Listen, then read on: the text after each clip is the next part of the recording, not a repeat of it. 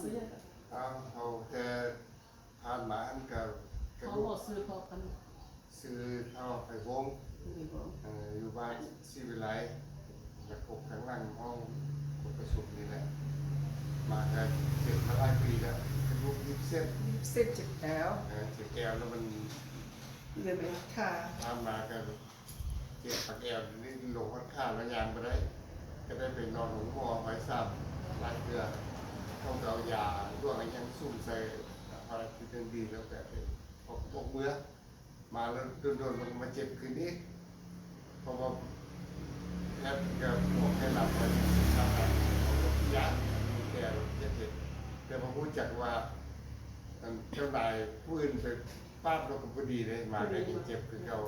เอาอันนี้ก็มันนี่ก็มาพูดมีบุญรอดอยู่ช่วงมาพอกข่าวมาว่าได้มาปีนมาป่วยอยู่นี่มีคนดีเขาก็เลยมาวันนี้ก็รู้สึกว่าปีนสติบิดก็รู้สึกว่าพรขาดมากเกิน ใช่ แต่ผู้อื่นรอมาตื่นเพื่อให้มันดีคักไปเลยแล้วขอขอบใจละลาย อันนี้สิ อันนี้ซื้อนางมุ้ยเนาะอายุ74 ปีอยู่บ้านศิวิไลใส่อันนี้มีเจ็บแอวเคยไปปวดเข้ากันให้กินยาแก้ปวดกับ